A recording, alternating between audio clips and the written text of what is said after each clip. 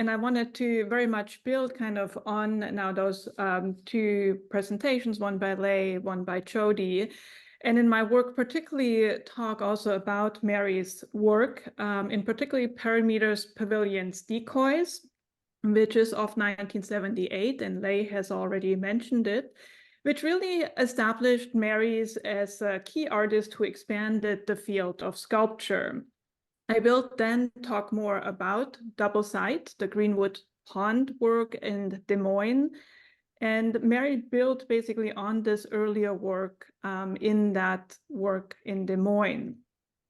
I'm very much arguing that the work in Des Moines is significant, first for its role within an expanded field of art history, and then second also because it provides a lived experience, something that's also been addressed in terms of remaining highly relevant for our contemporary times.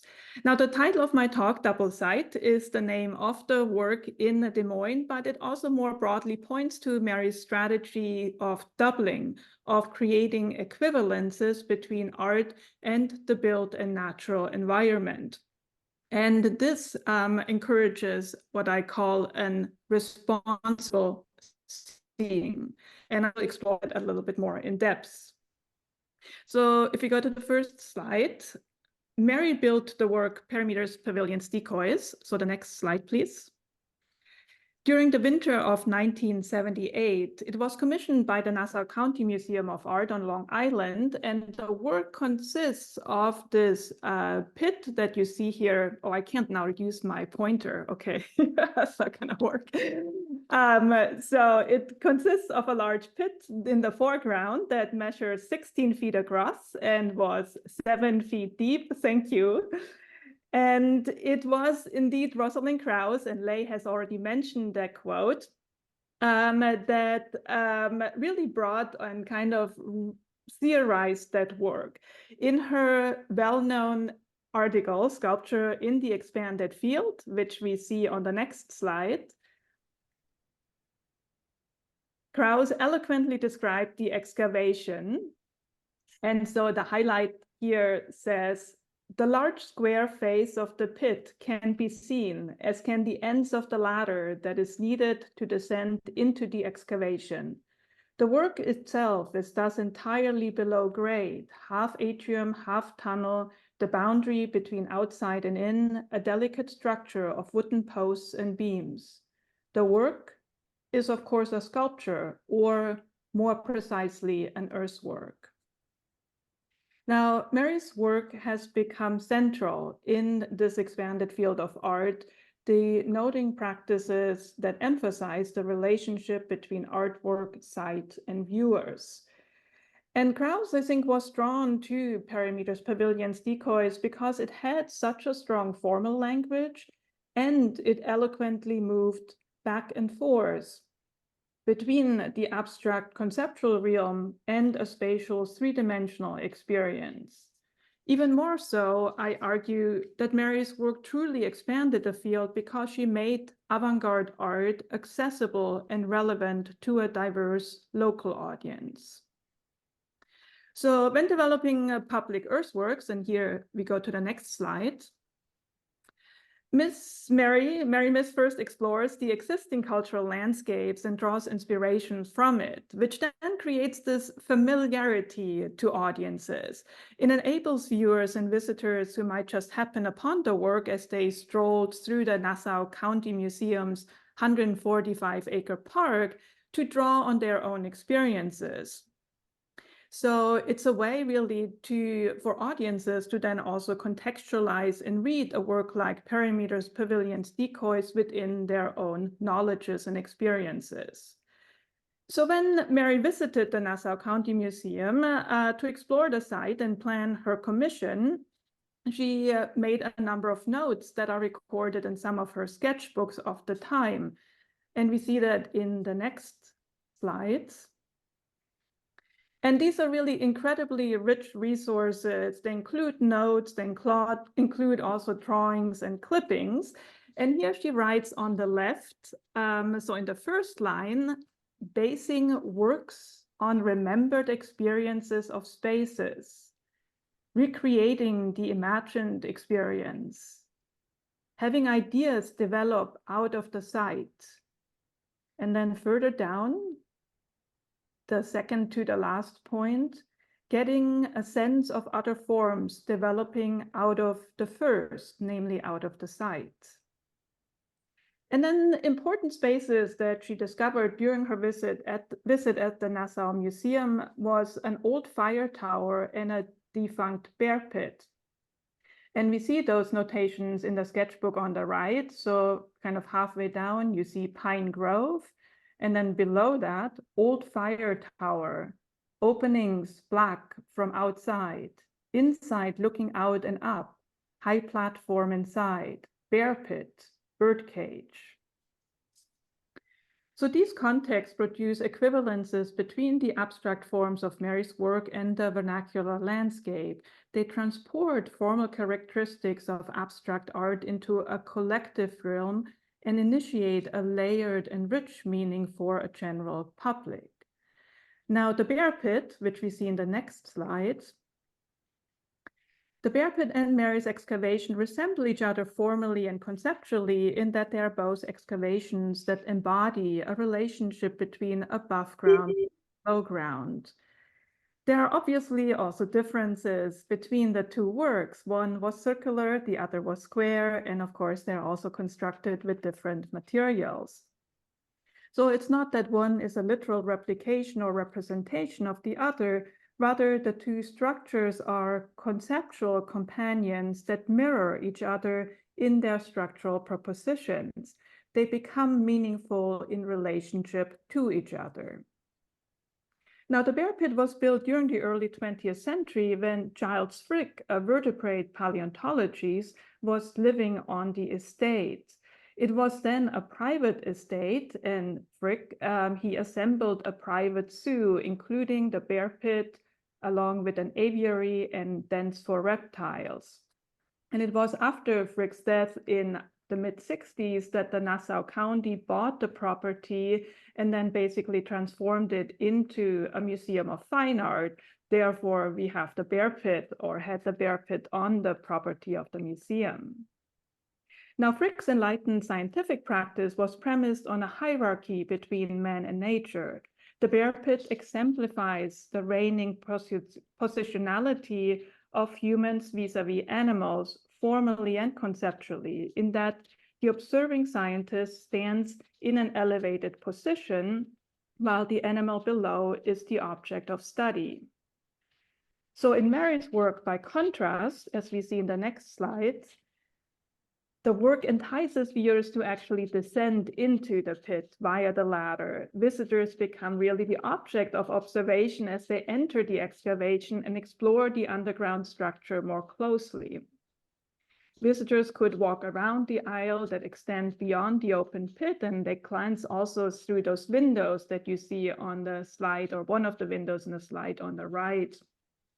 And there was a space behind these walls. And so it's kind of even imagining, well, does the structure actually continue? Can we intuit a world beyond our human knowledge and perception? So seeing Parameters Pavilion's decoys in equivalence to the locally and historically specific bear pit expands this notion of human subjectivity into the more than human world. The work embodies the complex entanglement between humans, the earth, and flora and fauna. It gives us a deeper understanding of how the notion of a responsible seeing that animated both structures, the bear pit and the excavation, but these notions of responsible seeing have certainly changed. Now, the three towers in the lower field, in the next slide, also, as I had already shown in Mary's diary, reference a vernacular structure, a fire tower. I will kind of move quickly through those because I know we are a little bit late on time or behind on time.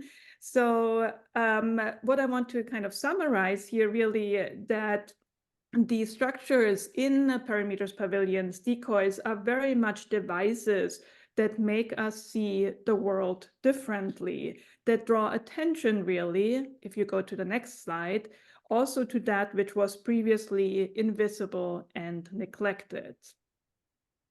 Now, Parameter's Pavilion's decoys was conceived as a temporary installation, and it no longer exists. By contrast, Greenwood Pond double site, as we go to the next slide, was commissioned by the Des Moines Art Center and proposed in a permanent work. It was in the late 1980s that Mary visited the art center and explored its environments and proposed to create an earthwork around the pond in Greenwood Park. And so on the left, you see also the location. At the top of the map, you see the Des Moines Art Center. And really south of it expands this large, also about 150-acre large park, the Greenwood Park. And so Mary was drawn to that pond that you see kind of in the center of the map there, and proposed to create an earthwork around that pond. And really, I think this particular work is one of Mary's richest work, and it further pushed her approach of creating correspondences between artwork and environment, seeing them really as doubles that heighten the impact of both of them. She and her collaborators carefully planned the work and realized it over a period of 7 years. Now, the work, if we go to the next slide, consists of a multi-layered system of pathways that straddle the water's edge. Starting in the south, and so again, now it's difficult because I don't have my pointer, but if you go to the drawing on the top left, exactly in here in the south, we see first a kind of overhanging pathway that runs around in the southern part of the, yes, exactly here. That's right. That's the overhanging pathway. It's made out of wood, kind of functions almost like a promenade. And then you kind of move further and you get to a pavilion, which is more on the north kind of eastern side. And when Mary basically further left on the drawing. Exactly. Now, when Mary visited the site, there was a dilapidated pavilion that functioned as a warming house for skaters during the winter. And the community was keen that Mary also include such a pavilion, and she created this pavilion, in fact, with removable walls that then could be taken off during the summer.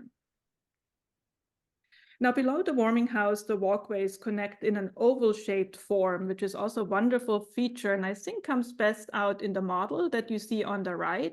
So below the pavilion, we have the main pathway, and then we have these two pathways that kind of peel off from the main pathways and move into the pond.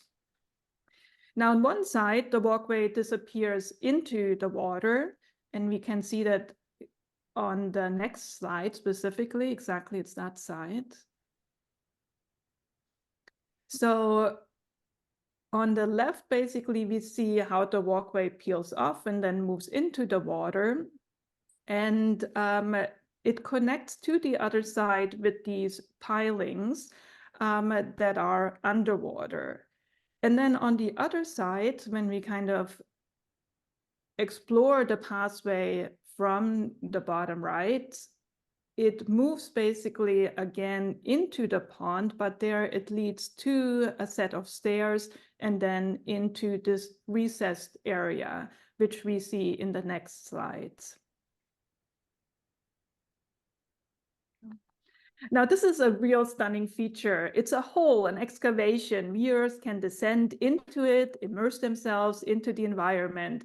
The walls of the rectangular recess are made out of concrete. It's a place where one is really engulfed by water, where one can smell the pond, the plants, listen to the sounds, feel the moist air, be on eye level with the water. Now, further on towards the north of the pond, we have the next slide.